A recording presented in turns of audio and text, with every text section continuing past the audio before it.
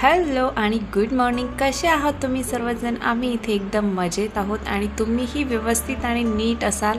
तर आज मी गार्गीला डब्यासाठी काय बनवावं याच्या प्रश्नात होते. तर मग नंतर सुचलेलं आहे मला. मी सँडविच बनवलं होतं.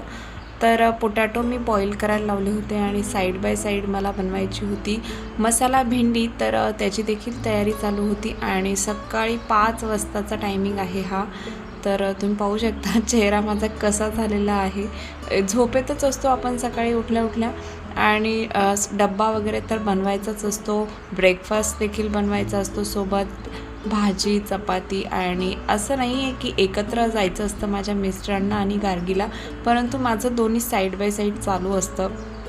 जेव्हा मला मोकळा वेळ भेटतो, सपोज मी पोटॅटो बॉईल करायला लावले तर तोपर्यंत मी माझ्या मिस्टरांच्या डब्याची थोडीशी तयारी करून घेत असते. आणि भेंडीला ऑब्वियस आहे थोडासा वेळ लागतो. तर मला सकाळी डब्याला द्यायची होती आणि माझी भेंडीची देखील काही तयारी नव्हती, म्हणजे मी धुवून वगैरे सुकवून ठेवली नव्हती, असं काही नव्हतं. मला आत्ताच धुवायची होती, लगेच सुकवायची होती. त्यामुळे मग मी पटापट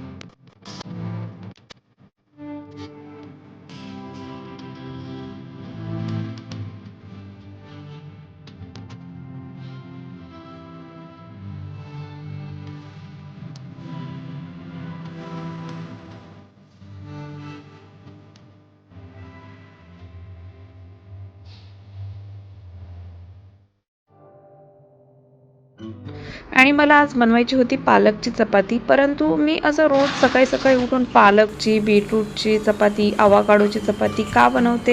तर ॲक्च्युली जेव्हा तुम्ही सकाळी काही बनवता तर ते दिवसभर खाल्लं जातं आणि त्यातूनच आपल्या सर्वांच्या फॅमिलीच्या जे बॉडी आहे त्याला सगळं भेटतं. आयर्न खूप गरजेचं असतं आणि त्यामुळेच मग मी सकाळी थोडेसे कष्ट पडलेले आपल्याला चालतात, परंतु हे दिवसभर आपल्याला असं वाटतं की आपण आज चपातीमध्ये काही घातलं नाही, शरीरामध्ये काही गेलं नाही कोणाच्या.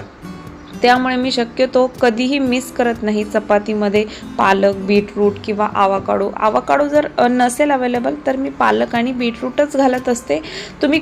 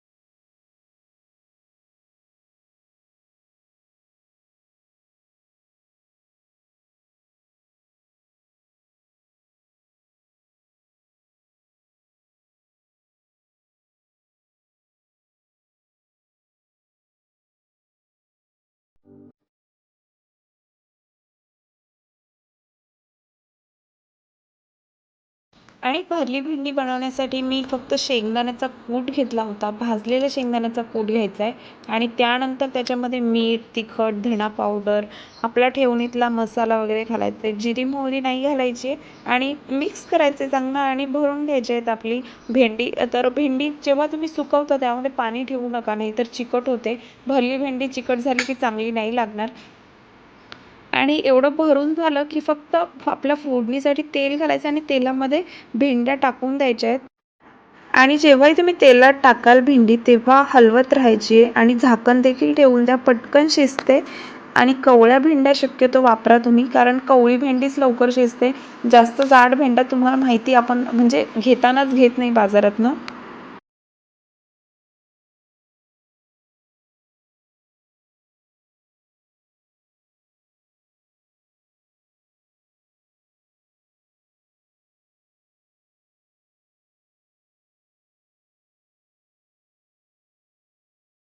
눈 뜨면 눈부신 아침 햇살과 모닝콜로 너와 시작하는 하루 마치 내 인생의 포커스가 지금에 맞춰진 걸까.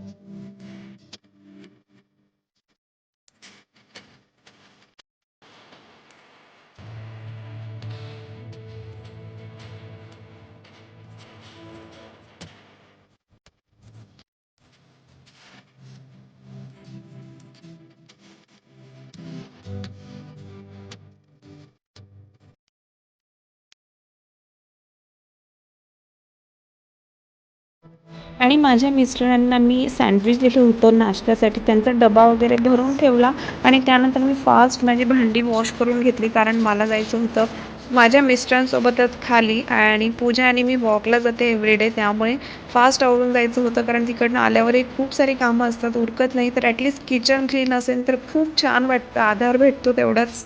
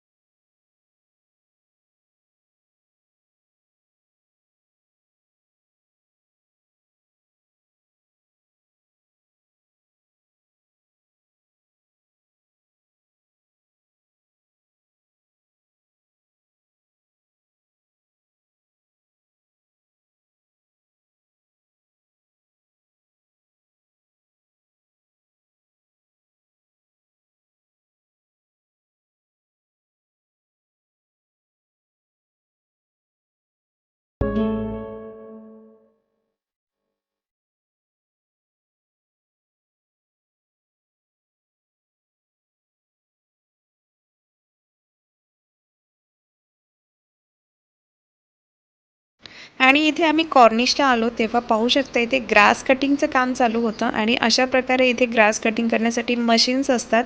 तर त्या मशीननेच ग्रास कट केली जाते, म्हणजे गवत जे एक्स्ट्रा वाढलेलं आहे ते. आणि अशा प्रकारे एका जागी ढीग लावलेला असतो आणि तिथे पुढे पाहू शकता तुम्ही ट्रक आहे, त्या ट्रकमध्ये ती ग्रास भरली जाते. मशीन असतं त्याला भरण्यासाठी देखील हाताने किंवा पाटीने वगैरे असं टोपलीने नाही भरली जात, तर मशीन असतं त्या मशीननेच भरली जाते. आणि मॉर्निंगला एवढं सुंदर वातावरण असतं ना. हॅलो, आणि मी जस्ट आत्ताच बाहेरून आले, म्हणजे मी वॉकला गेले होते. तुम्हाला माहिती मी रोज वॉकला जाते आणि आता ऊन वाढले तर एवढा घाम वगैरे येतो ना, तर मी म्हटलं आता पटकन क्लिनिंग करते आणि मग आंघोळ करेल. तर मी आता हे घर झाडलेलं आहे, थोडासा पसारा होता तोही आवडलेला आहे. मी आता इकडचं राहिलं तर झाडून घेते आणि मग त्यानंतर मी पुसून घेते आणि अजून पूजाला बोलवणार आहे. पूजाला काही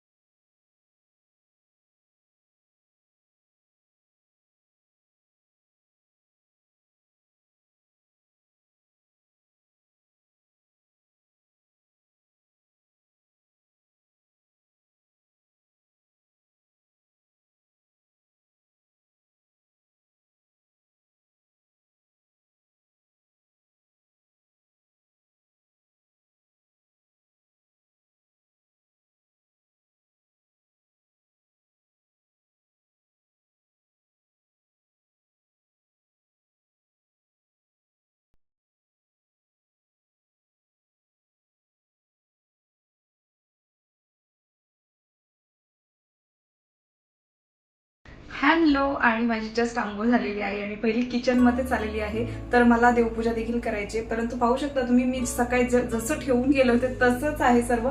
फक्त मी चहा घेतलेला आहे, चहा वगैरे झालेला आहे माझा. पूजाला मी मेसेज केलेला आहे की तू कपडे घेऊन ये स्टिचिंगसाठी. तर मी आता पटकन देवपूजा आवरून घेते आणि त्यानंतर आधी आवरून घेते किचन आणि मग त्यानंतर मी देवपूजा करेन. चला तर मग लागूयात कामाला. आणि माझी देवपूजा वगैरे झालेली आहे. तर मी आता बाकीचं राहिलेलं थोडंसं जे काम आहे, मशीनचे कपडे वगैरे ते सुकायला घालून घेते आणि घरातलं देखील सर्व आवरलेलं आहे. आणि पूजा ही येईल तर मला मशीन देखील लावावी लागेल स्टिचिंगसाठी. आणि आत्ता 10 वाजलेले आहेत, तर माझं काम आवरलेलं आहे. तर मी आज तुमच्यासोबत हेच शेअर करणार आहे, माझं सकाळी 5 ते 10चं रुटीन कसं असतं ते. तर मग मी आता थोडा वेळ स्टिचिंग वगैरे करेल आणि मग त्यानंतर मी पुढचे काम करेल, कारण मीही झोपते दुपारची. मला खूप थकल्यासारखं होतं दिवसभर, म्हणजे सकाळचं 5 वाजल्यापासून तर दिवसभर जागं राहिलं तर रात्रीची पण असं होतं कधी झोपेल मी जाऊन. त्यामुळे मी दुपारी झोपते गार्गीसोबत आणि मग त्यामुळे मला संध्याकाळी थोडीशी एनर्जी येते कामाला देखील. आणि मी तुम्हाला सांगितलंच की पूजा येणार होती, तिला काही कपडे स्टिच करायचे होते. तर पूजा देखील आली होती आणि मग आम्ही स्टिचिंग वगैरे केलं आणि त्यानंतर वीरा येते, तर लवकर वीरासाठी ती लवकर गेली.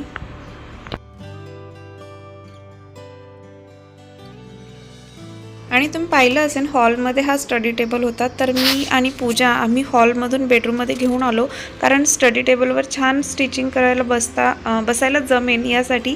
तर अशा प्रकारे आम्ही तिथे लावला जरा वेळ, कारण तिथे स्विच होता म्हणून. परंतु नंतर आम्ही शिफ्ट केला परत तो स्टडी टेबल.